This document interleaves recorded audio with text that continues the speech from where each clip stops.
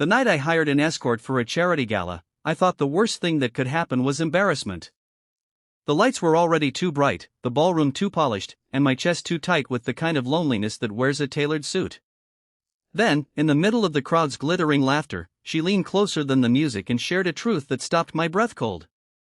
A quiet confession about her age that made me question everything I thought I understood about people, judgment, and grace. Before the story pulls you deeper, take a second and tap like, comment, share, and subscribe. If you believe in kindness, second chances, and stories that remind us to see the human before the label. Your support keeps these stories alive. My name is Thomas Whitaker and I live in Boston, Massachusetts, a city that prides itself on history while quietly demanding perfection. I was a mid-level executive at a biomed firm. The kind of job that looked impressive from the outside, but left me hollow by the time the workday ended. The invitation to the annual Children's Hope Foundation Gala arrived with my name printed in confident ink, plus a subtle note suggesting guests attend with a companion. I had lost my wife Margaret 3 years earlier to a sudden illness. And while time had taught me how to function, it had not taught me how to feel normal in rooms full of couples. I told myself the escort was just a practical solution, a way to blend in, to stop the sympathetic looks and the whispered questions. I found a reputable agency that emphasized professionalism, boundaries, and discretion. No scandal, no shame, just a presence. Her profile said her name was Grace Sullivan. She was described as articulate, composed, and 22 years old, clearly an adult, clearly within legal lines, and yet young enough to make me uneasy about how the world might judge us. Standing side by side.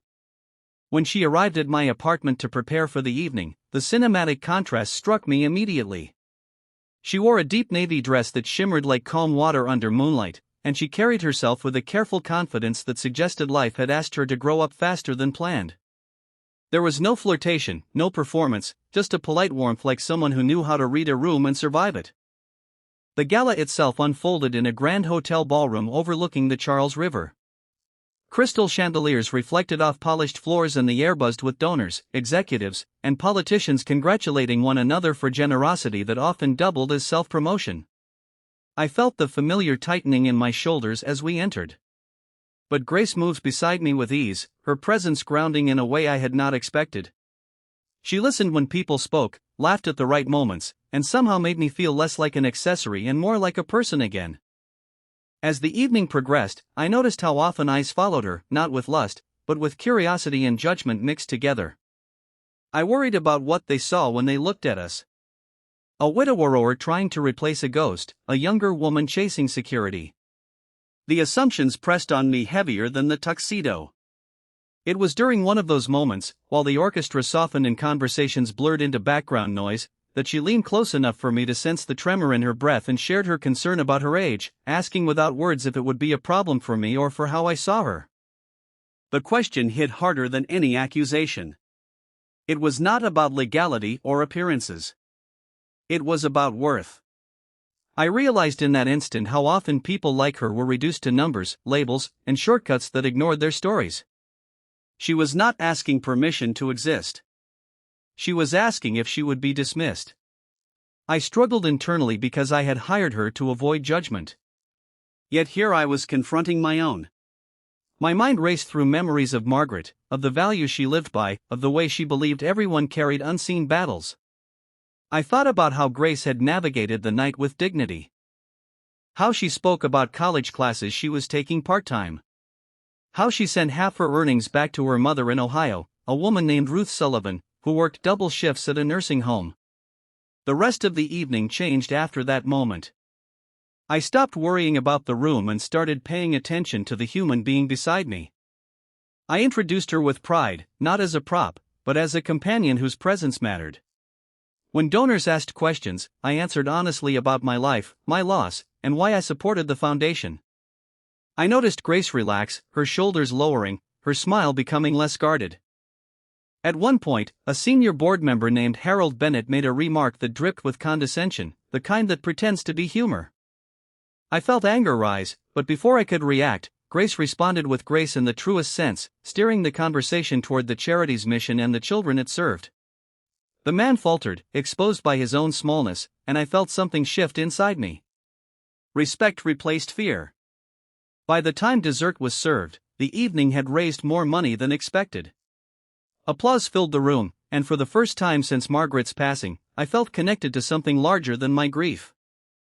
I realized that healing does not always come from looking backward or forward, but from standing fully present with another person and choosing compassion. When the gala ended and the crowd thinned, the city lights reflected on the river like scattered prayers. We walked out together, no longer performing roles, just two people sharing the quiet after a storm. I understood then that while our paths might not intertwine beyond the night, the impact of seeing each other fully would linger.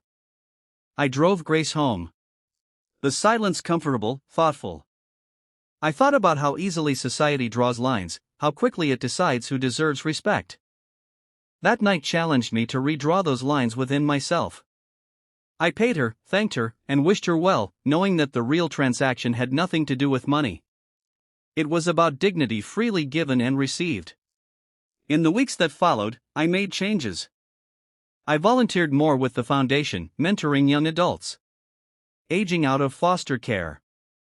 I spoke openly about loss and loneliness, about how asking for help is not weakness. I even reconnected with my faith community, drawn back by the belief that love looks like action, not judgment. Grace sent me a handwritten note weeks later, simple and sincere, thanking me for seeing her. I kept it in my desk drawer, a reminder that every encounter carries the potential to change us if we let it. If this story has been touching your heart so far, please pause near the end and engage with the video, like it, share it, and let others feel this message, too.